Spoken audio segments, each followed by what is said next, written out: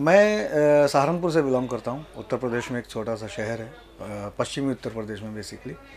वहाँ से हूँ। और थिएटर की अगर बैकग्राउंड की आप बात करना चाहें, बचपन से ही मतलब ये होता है ना कि पूत के पाँव पालने में ही दिख जाते हैं।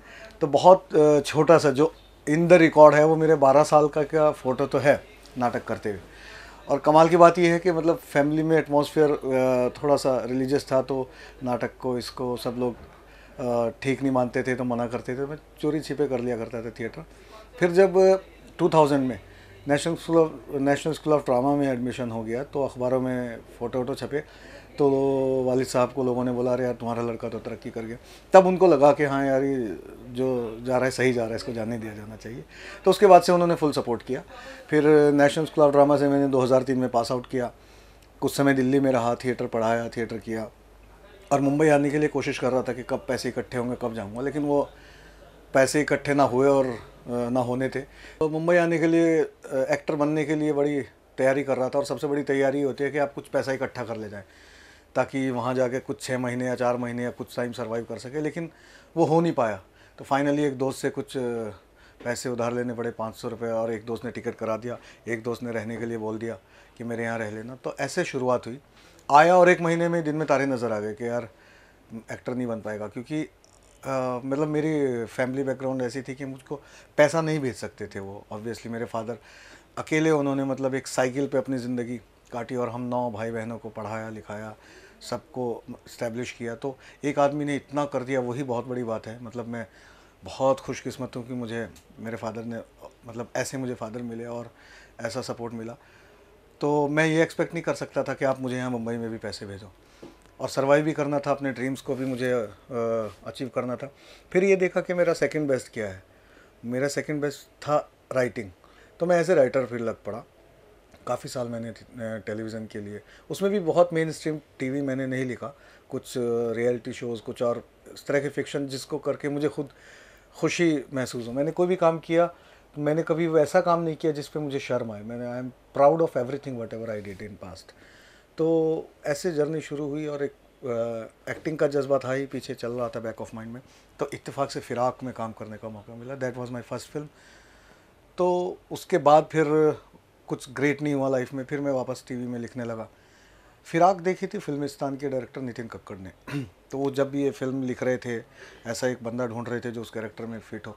तो उन्होंने फिराक रिकॉल करी और बोला अपने असिस्टेंट को, यार इस बंदे को ढूंढो, कहाँ है।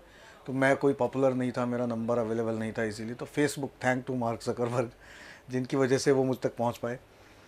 मुझे एक मैसेज आया फेसबुक पे उनके असिस्टेंट डायरेक्टर का कि नितिन साहब मिलना चाहते हैं। तो मैं जाके मिला।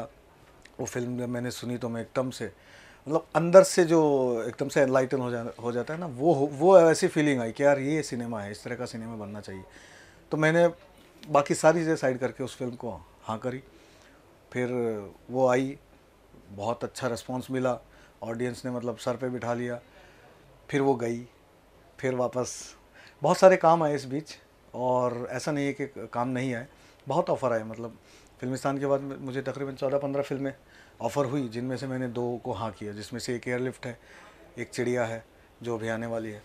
तो ना करने के पीछे रीज़न ऐसा कुछ वो नहीं था कि वो अच्छी स्क्रिप्ट नहीं थी, लेकिन मेरे पैरामीटर्स मैंने सेट किए हैं कि ओवरऑल स्क्रिप्ट अच्छी हो बहुत, और एज एन एक्टर मेरे लिए करने के लिए कुछ हो उसमें।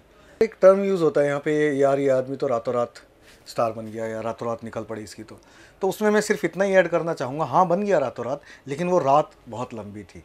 मेरी 15 साल की थी, किसी की 20 साल की होती है, किसी की और 16 साल की होती है। मतलब वो रात बहुत लंबी होती है, और वो कैसे कटती है ये वो वही जानता है जिसने काटी है। तो इसमें मैं उस सिंपैथी जोन में नहीं जाना चाहूँगा कि मैंने ये स्ट्रगल किया, वैसे रहा, वैसे खाया। वो मुझे नहीं लगता, क्योंकि मुझे लगता है हर आदमी कहीं ना कहीं अपनी ज़िंदगी में एक अलग तरीके का स्ट्रगल करता है। मैंने भी किया है, कोई नया नहीं किया। मतलब कोई बहुत बड़े झंडे नहीं गाड़ दिए, सब करते हैं। और कुछ को मिल जाता है, कुछ को नहीं मिलता। मेरी शुभकामनाएं हैं जिनको नहीं मिला वो भी अपनी मंजिल पाएँ, लेकिन बहुत मुश्किल था, ये मैं मानूँगा।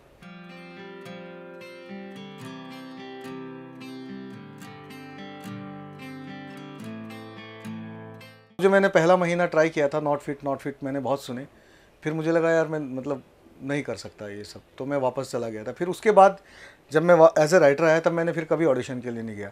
उसके बाद फिर मेरे साथ अच्छी बात ये रही कि जहाँ से कॉल आया मैं वहीं गया, तो उसमें मेरा सेल्फ रिस्पेक्ट, कॉन्फिडेंट और बहुत सारी चीज़ें, मेरा वजूद बना रहा।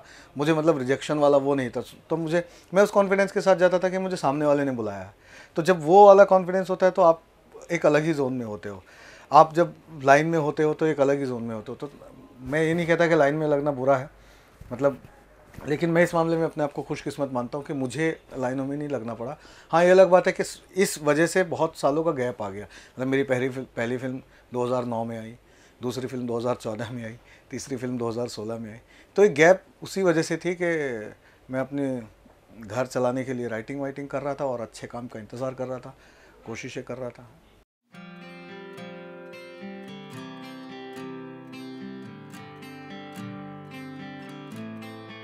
राइटिंग का भी मैं मेरा एक क्राइटेरिया है कि मुझे मेन स्ट्रीम टेलीविज़न नहीं लिखना, डेली सोप नहीं लिखना है। ऐसा नहीं है कि मतलब मुझे उससे कोई एतराज़ है, कोई परहेज है, लेकिन जो चीज़ मैं देखना नहीं चाहता मैं वो करना नहीं चाहता। चाहे वो एज एन एक्टर हो कि मैं इस तरह की फ़िल्म करना चाहता हूँ, जिस तरह की फ़िल्म मैं बैठ के देख के एंजॉय करूँ, मैं उस तरह की फ़िल्म करना चाहता हूँ। इसी तरह जैसा मैं टीवी सीरियल या जिस तरह की राइटिंग में देखना चाहूँ या पढ़ना चाहूँ, मैं वैसा ही करना चाहता हूँ। तो उसमें भी फिर एक टाइम तो लगा मुझे, 6 महीने लगे मुझे मेरा पहला काम तलाश करने में। That was Karamchand season 2। वो पंकज पराशर जी को मैंने मैसेज किया तो उन्होंने बोला आ जाओ मिलने के लिए, लिख सकते हो क्या। तो जाके उन्होंने मुझे 1-2 सीन लिखने के लिए दिए, मैंने ट्रायल के तौर पे लिख के दिए। तो उन्होंने मतलब बहुत पॉजिटिवली उसको लिया और मुझे ऑन बोर्ड कर लिया। बहुत अच्छा रहा वो, मतलब पंकज कपूर जी के साथ, पंकज पराशर जी के साथ शुरू में ही आप बड़े बड़े लोगों के साथ काम कर रहे हो, तो अच्छा था मेरे लिए। उसके बाद फिर मैं as a creative consultant comedy circus में जुड़ा, वो किया, उसी तरह के दूसरे स्टैंड अप शोज़ किए। और मतलब फिल्मिस्तान के रिलीज़ के बाद भी, उसके पहले भी एक शो लगातार कोई ना कोई करता रहता हूँ जिससे मेरा घर चलता रहे। और उससे मुझे ये कॉन्फिडेंस मिल जाता है कि जो फिल्म एज एन एक्टर मुझे नहीं करनी, मैं उसको हाथ जोड़ के मना कर सकता हूँ। तो वो एक बहुत बड़ी बात होती है, मेरे लिए बहुत बड़ा प्लस पॉइंट है मेरे साथ। I am really thankful to God.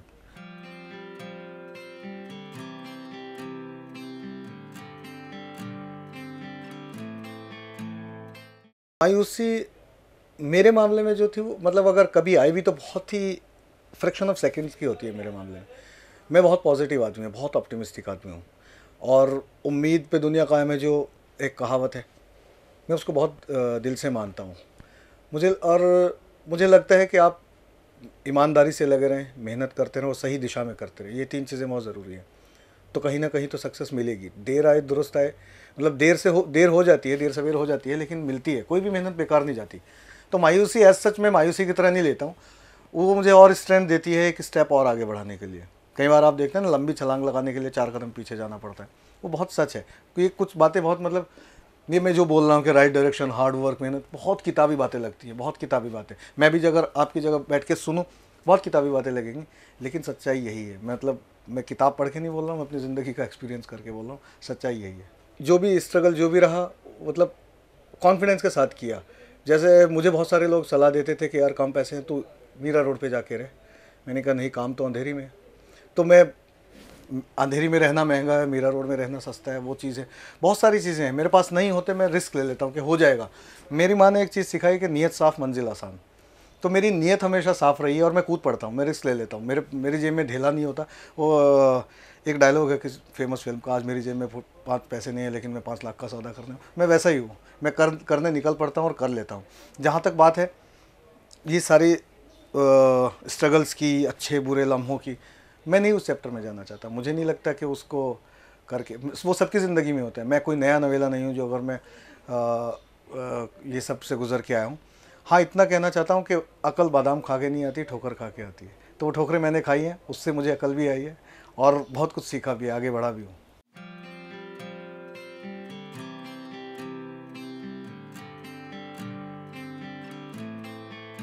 मैं यही कॉमेडी सर्कस में जब काम कर रहा था, तो जोगी भाई एक कास्टिंग डायरेक्टर हैं, उनका मुझे फ़ोन आया कि यार एक फ़िल्म आई है, उसमें एक कैरेक्टर में तो बिल्कुल सूट करता है।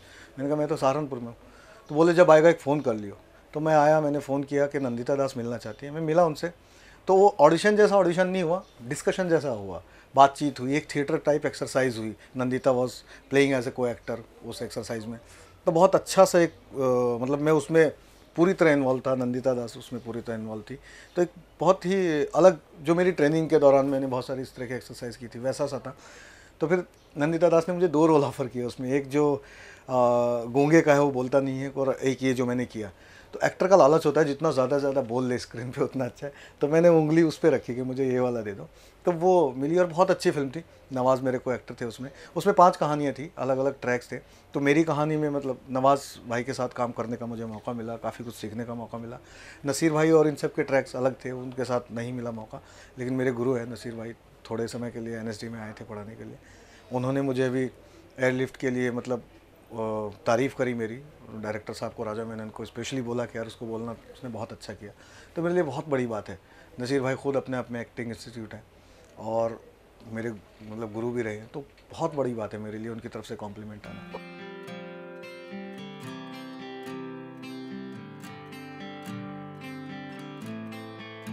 हमने अपनी ऑडियंस को अंडर एस्टिमेट किया हुआ है। Cinema is the most powerful medium in the world, जो अपनी बात को इतने स्ट्रांगली और इतने वाइड रेंज ऑफ पीपल तक पहुंचाता है। हम उसको मतलब अपने कुछ पैरामीटर्स हमने बना लिए कि जैसे यार ऑडियंस को एंटरटेनमेंट चाहिए। मैं उनसे पूछना चाहता हूँ, उन्होंने चिट्ठी लिख के भेजा था कि हमको एंटरटेनमेंट चाहिए। आप अपनी एयर कंडीशन गाड़ियों से उतर के देखिए, हिंदुस्तान के हर कोने में एंटरटेनमेंट भरा पड़ा है, भरपूर एंटरटेनमेंट है। बस में आप देखोगे, सड़क पे देखोगे, ऑटो में, स्टेशन पे, इधर उधर सब जगह India is full of entertainment. So please उन्होंने आपको लिख के नहीं भेजा कि हमको एंटरटेनमेंट चाहिए, उनको कुछ नया चाहिए देखने के लिए। हम लोग एक बहुत ही अच्छे दौर से गुजर रहे हैं। कोई भी बदलाव मेरे ख्याल से एजुकेशन से आता है। अगर एग्रीकल्चर किसी देश का विकास हुआ है तो उस देश की एग्रीकल्चरल एजुकेशन से उस देश का विकास हुआ है। इसी तरह दूसरे कोई भी चीज़ें, इसी तरह सिनेमा में, कि अगर सिनेमा का विकास हो रहा है, सिनेमा एक क्रांति के दौर से गुजर रहा है, तो सिनेमा लिटरेसी से हो रहा है। अब उसका मतलब ये नहीं है कि यहाँ पे इंस्टीट्यूट जगह जगह खुल गए हैं सिनेमा के बारे में, जी नहीं। ये लिटरेसी का मतलब है कि हम लोग दुनिया भर के सिनेमा से रूबरू हुए, वर्ल्ड सिनेमा हम जाने क्या होता है। उससे हमको ये पता चला कि सारी फिल्मों की कहानी एक ही जैसी नहीं होती। मतलब 20 साल तक हमारी फिल्मों की एक ही कहानी थी कि एक हीरो है, एक हीरोइन है, बीच में एक ऑब्स्टेकल है विलन नाम की, उसको उसको हटा के अचीव करना हीरोइन को। ये कहानी हमने 20 साल तक देखी। मतलब हम ऑडियंस को अपनी तरफ से खुद ही बता दिए कि उनको यही देखना है। उनको क्या देखना है उसका मैं एक छोटा सा एग्जांपल दूं। अभी जैसे फिल्मिस्तान आई, आपने फिल्मिस्तान के रेफरेंस में सवाल पूछा। Filmistan B centre, C centre ये जो बोलते हैं, वहाँ रिलीज़ नहीं होती, छोटे शहरों में नहीं रिलीज़ होती। मैं सहारनपुर से बिलोंग करता हूँ, मैंने UTV के डिस्ट्रीब्यूशन उनसे रिक्वेस्ट करके वहाँ पे लगवाई। आप जाके देखिए, वहाँ भले ही जितने दिन के लिए भी लगी, वहाँ ऑडियंस आई, उन्होंने देखा, अप्रिशिएट किया। तो आप वहाँ तक फिल्में पहुँचाइए तो लोग देखेंगे। जब आप नहीं पहुँचाते तो वो जीने नहीं दूंगा, हमसे है मुकाबला, वीराना, कोठी नंबर 13 देखते हैं, आज भी देखते हैं, 2016 में भी वो देखते हैं।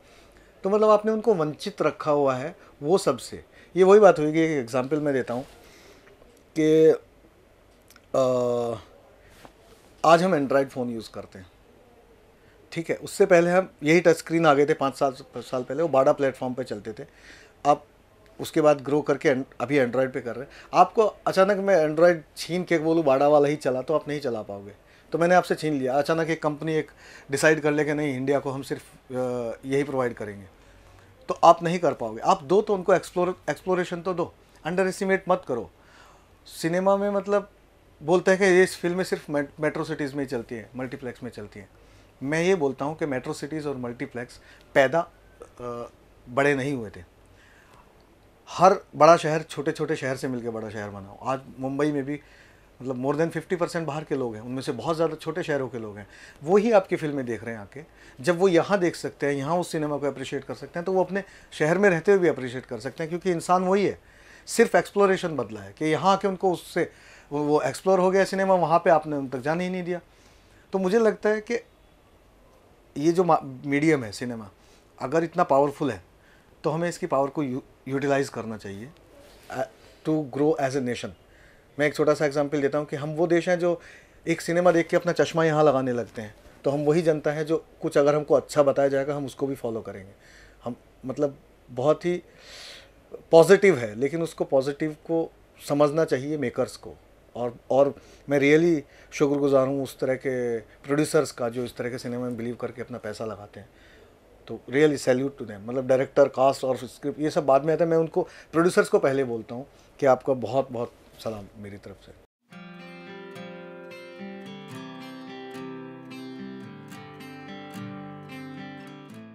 For more news and gossip, don't forget to subscribe to Bollywood Helpline.